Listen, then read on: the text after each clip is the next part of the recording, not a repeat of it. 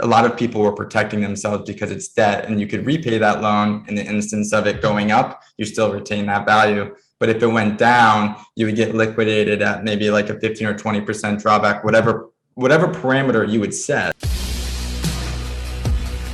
What have you seen as the biggest frustration for people that wanted to exit crypto high, and when it comes to capital gains tax, but maybe not having a good solution?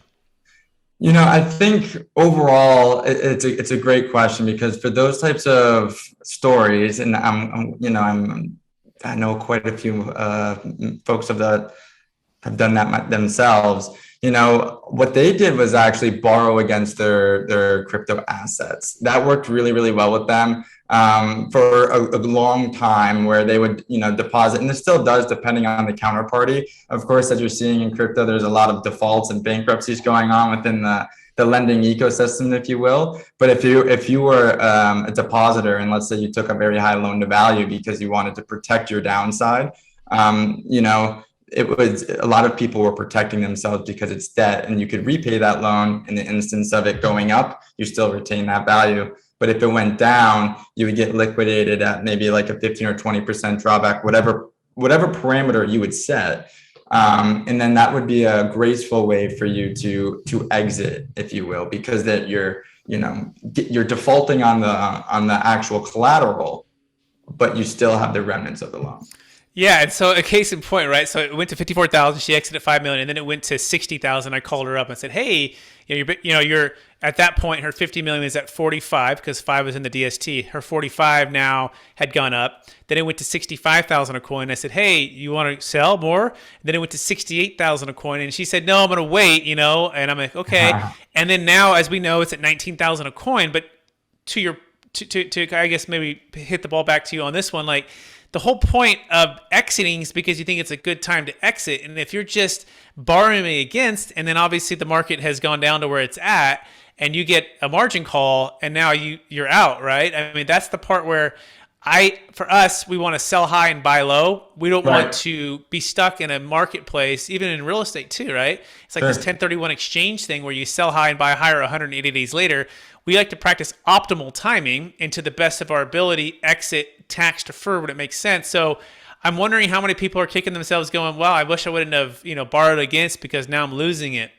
Yeah, no, and that's, well, if you're selling the asset as well, right? If you sold it all at 68, you would have, you wouldn't have the custody of that assets either. But I completely agree with you. I mean, it's really interesting on those types of tax liabilities even. That are created subsequently, because in some instances, people are swapping them for other assets instead of not cash. They swap them in for Ethereum, and Ethereum may go down in value subsequently. And then, now you're really stuck because you have that, transaction task from swapping from Bitcoin to Ethereum, but then you don't have that residual value to go and pay that additional tax. So it's, you get hit even harder. If people want to learn more about that, we have actually a solution for that. You can go to capitalgainstaxsolutions.com, and what we do is we actually transfer the coin to an LLC prior to swapping it back to ETH. And then from there, we exit the ETH back into cash, and we defer all the tax.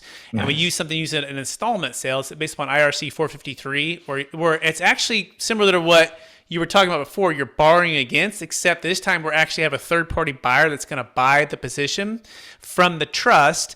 And the ultimate seller of the coin or the ETH or whatever you swapped into that, you get a promissory note, but you don't take any of the cash up front, and therefore it's in the deferral state.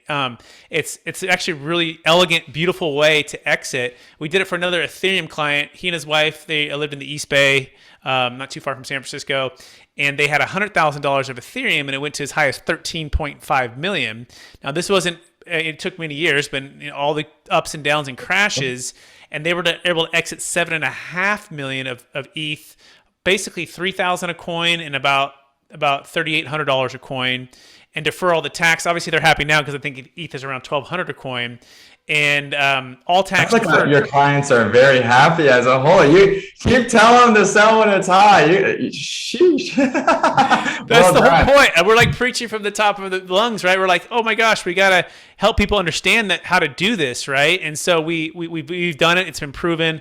But that being said, estate tax is another thing that most people don't take aware of. And I know you're aware of this, Warren. Like, as soon as you're a billionaire or even greater than 22 million, everything is subject to a estate tax to be 40% death tax if you're married, 12 million single. But what are your strategies for people when it comes to estate tax, Warren? A lot of folks in crypto are setting up foundations, and trusts as well. And so, it's being managed through that. Quite frankly, we have an estate planner who's like putting together a whole plan at the moment right now. So that's an active conversation that is if you have a good solution, I'm all ears.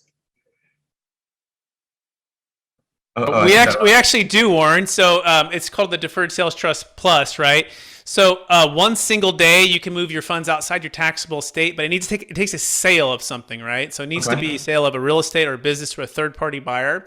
But the funds can get outside the taxable estate. No charity, no gifting, required. No life insurance required.